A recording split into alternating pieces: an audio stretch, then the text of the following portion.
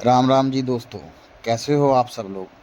आज मैं आपको जम्मू कश्मीर के डिस्ट्रिक्ट रियासी में स्थित भगवान भोलेनाथ जी के ऐसी जगह पे दर्शन कराने लेके जा रहा हूँ जो कि एक गुफा में विराजमान है और इस जगह को शिवखोड़ी कहते हैं। दोस्तों, आशा है कि आप लोगों को इस चैनल यात्रा सनातन की विद अंकुश शर्मा द्वारा दी गई अलग अलग मंदिर और धार्मिक स्थानों की जानकारी अच्छी लगी हो। आपके लाइक्स और सब्सक्राइब ही हैं जो हमारा हौसला बढ़ाते हैं, ताकि हम आप लोगों को मेरे द्वारा और इस चैनल के थ्रू और जानकारी दे सकें। तो चलिए दोस्तों, अब हम चलते हैं अपने सफ़र की ओर, शिवखोड़ी जी की तरफ।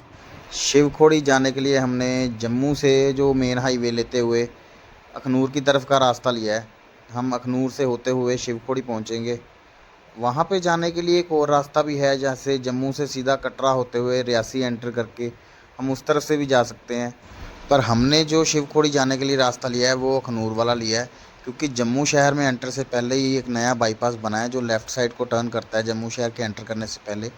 वो सारा रास्ता बहुत ही बढ़िया है। इस बाईपास बनने से ये हमें फ़ायदा हुआ कि जो हम जम्मू से 2 घंटे लगते थे हमें अखनूर जाने में, वो हम आधे घंटे में ही पहुंच गए। अखनूर में हमारा स्टॉपेज होता है जहाँ पे हम रुकते हैं और खाना वगैरह भी खाते हैं।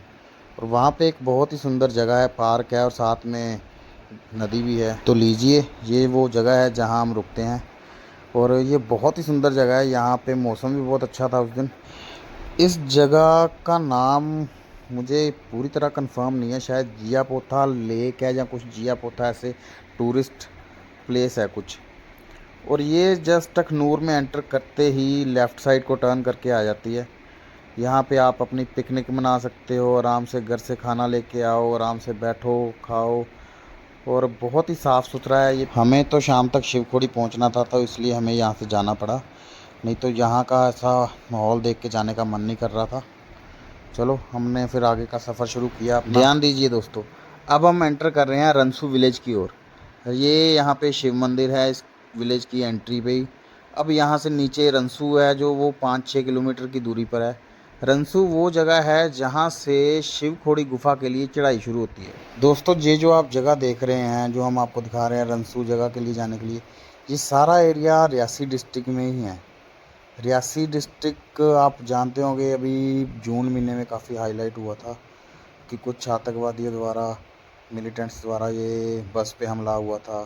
एक तीर्थ यात्री बस थी और ड्राइवर को गोली लगी थी और उस ड्राइवर ने बस को नीचे पहाड़ियों के नीचे उतार दिया था और उसमें शायद 9 के 10 के करीब कैजुअल्टी हुई थी। तो चलिए दोस्तों, चलते हैं आगे। भगवान भोलेनाथ जी, श्री राम जी कृपा करें सब पर अपनी। और ये हम पहुंच गए रनसू, जहाँ पे हमने होटल में चेक इन करना है। गुरदासपुर से हमें यहाँ पहुँचते पहुँचते 6 घंटे करीब लग ही गए।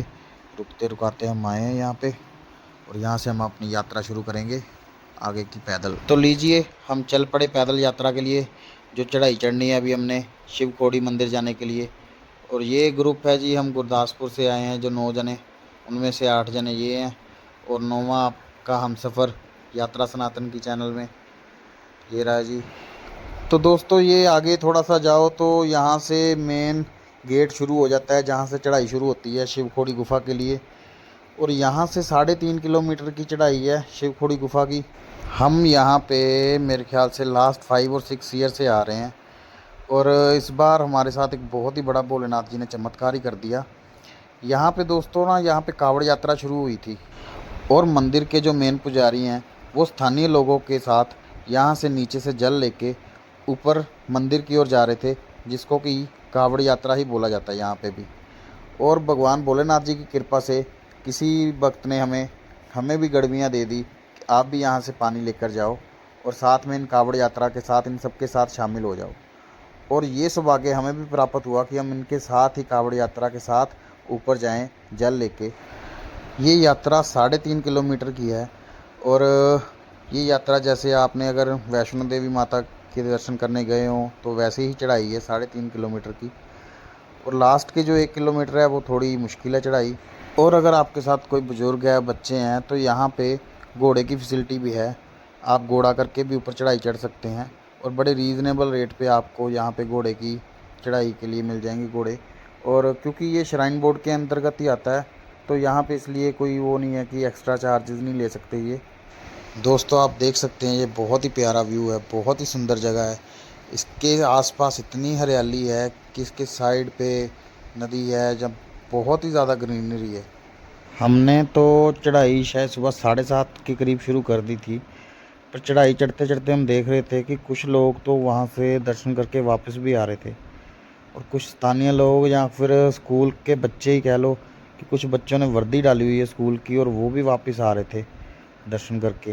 यानी कि वो सुबह 6 बजे के गए होंगे, और स्थानीय लोग तो यहाँ से आराम से चढ़ाई चढ़ जाते। 3.5 किलोमीटर तो उनके लिए शायद कुछ भी नहीं होगा चढ़ाई। थोड़ा सा आगे जाने पे ही हमें ये बोर्ड दिख गया, और ये बोर्ड ने काफ़ी रिलीफ हमें दिलाया कि अब 1 ही किलोमीटर रह गया है। पर आगे जाने पे पता चला कि ये जो लास्ट का 1 किलोमीटर चढ़ाई है, ये बहुत ही सीधी चढ़ाई है। तो दोस्तों अब बहुत ही जल्द हम पहुंचने वाले हैं भोलेनाथ जी के दर्शन करने के लिए।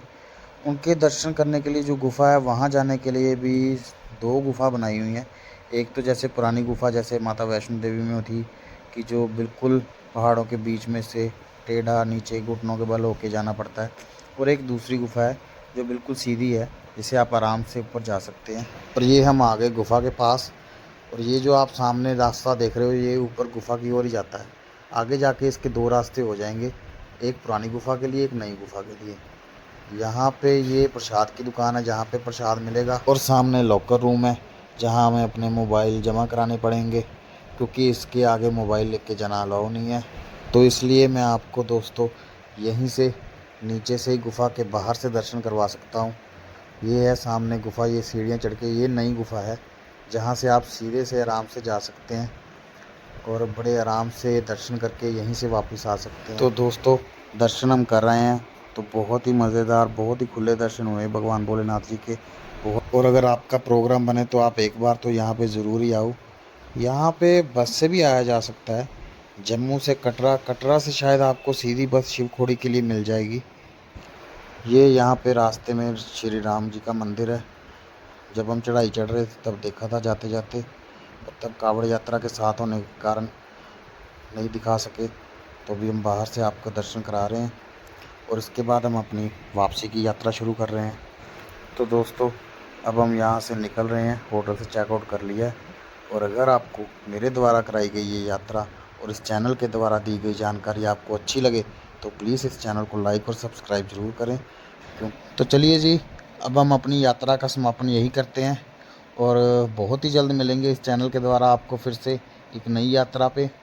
और आप भी अब ये प्रकृति के सुंदर नज़ारे लेते हुए अब आपसे विदा लेते हैं।